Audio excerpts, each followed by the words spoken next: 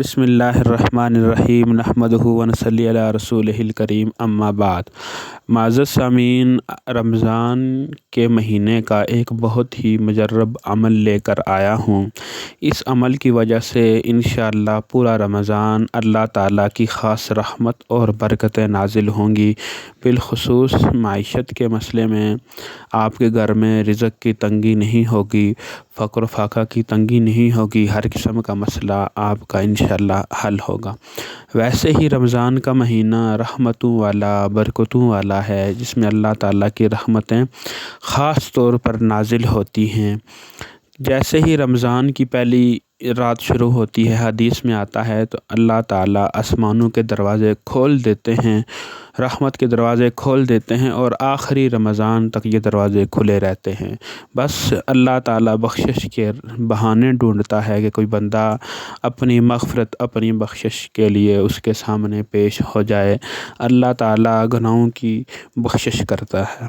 ویسے بھی اللہ تعالیٰ قرآن پاک میں فرماتا ہے کتب علیکم الصیام کما کتب علی الذین من قبلکم لعلکم تتقون، کہ رمضان کے روزے آپ پر فرض کیے گئے جیسے کہ پہلے لوگوں پر فرض، تاکہ شاید کہ تم متقی بن جاؤ، تقوی حاصل کرنے والے بن جاؤ۔ تقوی کیسے حاصل ہوتا ہے؟ تقوی کا مطلب یہی ہے کہ گناہوں سے بچا جائے۔ تو رمضان کے مہینے میں بالخصوص انسان گناہوں سے باقی مہینوں کی بنسبت زیادہ بچتا ہے۔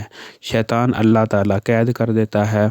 انسان جتنا بچنا چاہے بچ سکتا ہے، اور اس مہینے کی برکت کی وجہ سے جیسے ہی انسان پورا مہینہ گناہوں سے بچتا ہے، اللہ تعالیٰ کی عبادت زیادہ کرتا ہے، تو انسان کی عادت بن جاتی ہے، تو پورا 11 مہینے اس کے اوپر اثر رہتا ہے، تو اللہ تعالیٰ اس کی حفاظت فرماتا ہے۔ تو تقوی کے لحاظ سے انسان اگر اس مہینے میں اللہ تعالیٰ کے سامنے پیش ہو، اپنے گناہوں کی معافی مانگے، تو بنسبت باقی مہینوں کے زیادہ اللہ تعالیٰ کا قرب انسان حاصل کر سکتا ہے۔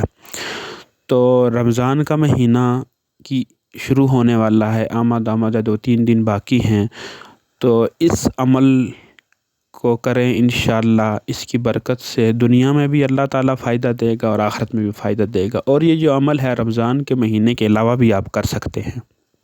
ہر مہینے کی پہلی تاریخ کو یہ عمل کیا جا سکتا ہے۔ یہ سورہ ملک کا عمل ہے۔ سورہ ملک 29ویں پارے کی پہلی سورت ہے، تبارک الذی سے شروع ہوتی ہے، تبارک الذی بیدہ الملک۔ اس سورت کی 30 آیات ہیں، اور مہینے کے بھی 30 دن ہوتے ہیں اکثر۔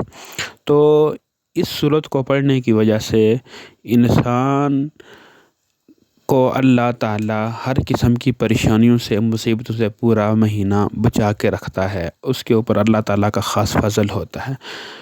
رمضان کی پہلی رات کو عشاء کی نماز کے بعد اس سورت کو 7 مرتبہ پڑھیں، اول آخر درود ابراہیمی پڑھیں، اور پھر اللہ تعالیٰ کے سامنے دعا مانگیں۔ انشاءاللہ اس بابرکت کلام کی وجہ سے اللہ تعالیٰ پورا مہینہ آپ کے اوپر رحم اور فضل اللہ تعالیٰ کا رہے گا، اور پورا مہینہ آپ ہر قسم کی مصیبتوں سے، پریشانیوں سے محفوظ رہیں گے۔